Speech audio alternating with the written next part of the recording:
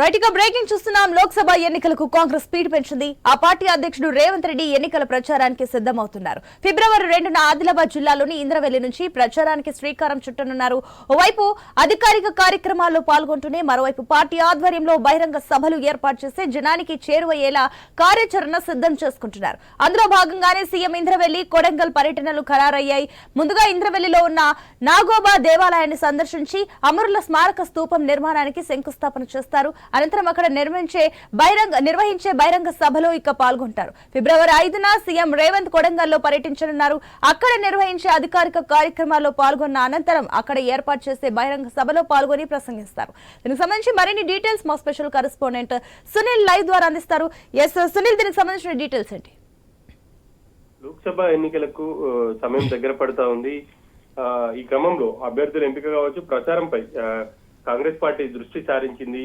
CM గా ఉన్నటువంటి Revanth Reddy PCC అధ్యక్షుడిగా కూడా కొనసాగుతున్నారు. ఆయన నియోజకవర్గాలపై దృష్టి సారించారు.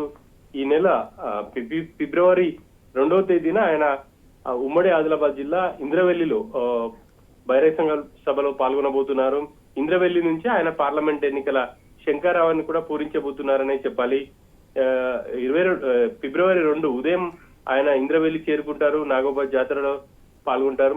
ఆ తర్వాత అక్కడ అమరవీరుల స్మారక స్తూపానికి శంకుస్థాపన చేస్తారు. మధ్యాహ్నం కాంగ్రెస్ పార్టీ ఆధ్వర్యంలో నిర్వహించే భారీ బహిరంగ సభలో కూడా రేవంత్ రెడ్డి పాల్గొనబోతున్నారు. ఈ సభ వేదికగానే పార్లమెంట్ ఎన్నికలకు రేవంత్ రెడ్డి శంకారావం పూరించబోతున్నారనే చెప్పాలి.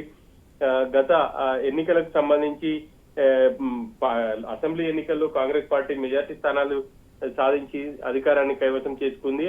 అదే వ్యూహంతో పార్లమెంట్ ఎన్నికల్లో కూడా అనుసరించి ఎన్నికల్లో మెజార్టీ పార్లమెంట్ స్థానాలను గెలుచుకునే దిశగానే కాంగ్రెస్ పార్టీ పావులు కలుపుతుంది. అందులో భాగంగా రేవంత్ రెడ్డి 17 నియోజకవర్గాలకు సంబంధించి రూట్ మ్యాప్ కూడా ఖరారు చేసుకోబోతున్నారు. మరి కొద్ది రోజుల్లోనే ఆయన ఈ ప్రచారాన్ని సునీల్, మరోపక్క చూసుకున్నట్లయితే ఇప్పుడు ప్రధానంగా కాంగ్రెస్ ఏదైతే 6 హామీలు ఇచ్చిందో దీనికి సంబంధించి 2 గ్యారెంటీలు ఫినిష్ చేస్తుంది. ఇంకా మిగిలిన గ్యారెంటీలకు సంబంధించి ఇప్పుడు ఈ ఏదైతే ఎన్నికల శంఖారావం పూరిస్తున్నారు కాబట్టి ఇప్పుడు ఈ హామీలకు సంబంధించి స్పీడప్ చేసే ఛాన్సెస్ ఉన్నాయా?